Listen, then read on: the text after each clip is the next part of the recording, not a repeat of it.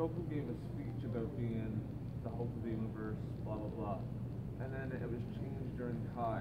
I was wondering which one was your favorite. Did you like the original or the second one? I was extraordinarily uncomfortable performing that speech because the way I interpret Goku's character, and I'm not even sure what it said in Japanese. I know those scripts back on Z in the old days were written trying with Funimation's attitude, trying to Americanize it in a way that makes Goku the typical altruistic hero.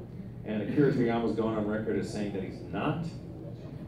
Meaning that Goku likes fighting the strongest no matter what, and if the Earth gets saved as a result of that, that's interesting. So during that whole speech, for someone to pontificate and to be that egoic and arrogant at all, I am this, I'm the light, I'm the shiznit, I was really uncomfortable for me because I didn't see Goku doing that sort of thing up until that point, and I view Goku as a metaphor for the beginner's mind in Zen Buddhism and Zen ideology. And a Japanese guy told me once that Goku loosely translating means like kind of master of knowing nothing or kind of a beginner's mind. So the reason he's such an idiot and clueless is I think it's a metaphor for that, some of that ideology. So anytime there's like an egoic thing like that, and I don't remember what it was changed to. I don't remember what it was originally in Japanese. And if it was written in Japanese, in that, if the meaning was the same, I doubt it was from an egoic sounding perspective. So what I was worried about when I saw that speech is how can I, because he's yelling it, the flap's really big, how can I say that and sell it, acting wise, without sounding like an egomaniac or somebody who's, beating Frieza to become the next Frieza, like some megalomaniac. It was on the borderline of that for me.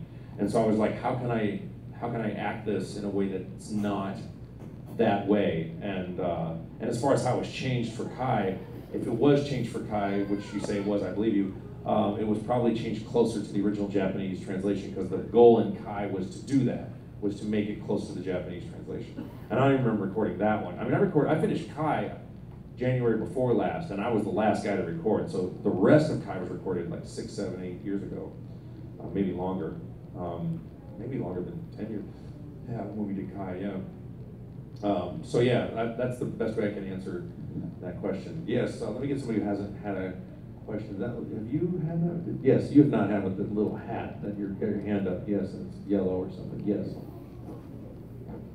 Could someone who's an adult with him repeat his question louder or make hello? Who's with him? Oh, the ones I'm in? No.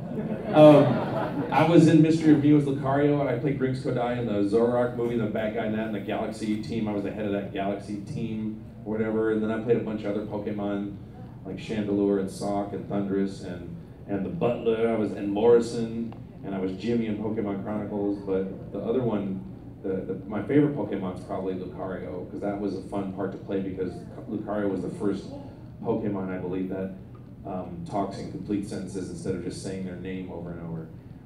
So I thought, wow, he has ideas and thoughts. Okay, he's talking. I like that part. Yes, next, yes, back here, yes. What was your most awkward moment in the past 18 years in the recording booth? Well, passing gas in the booth is always awkward, but also fun, especially if you're leaving it for another actor if you're at the end of your session.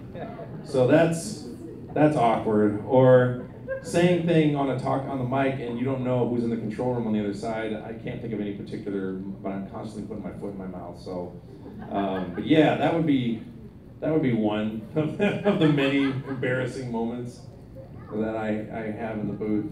Yes, over here, yes.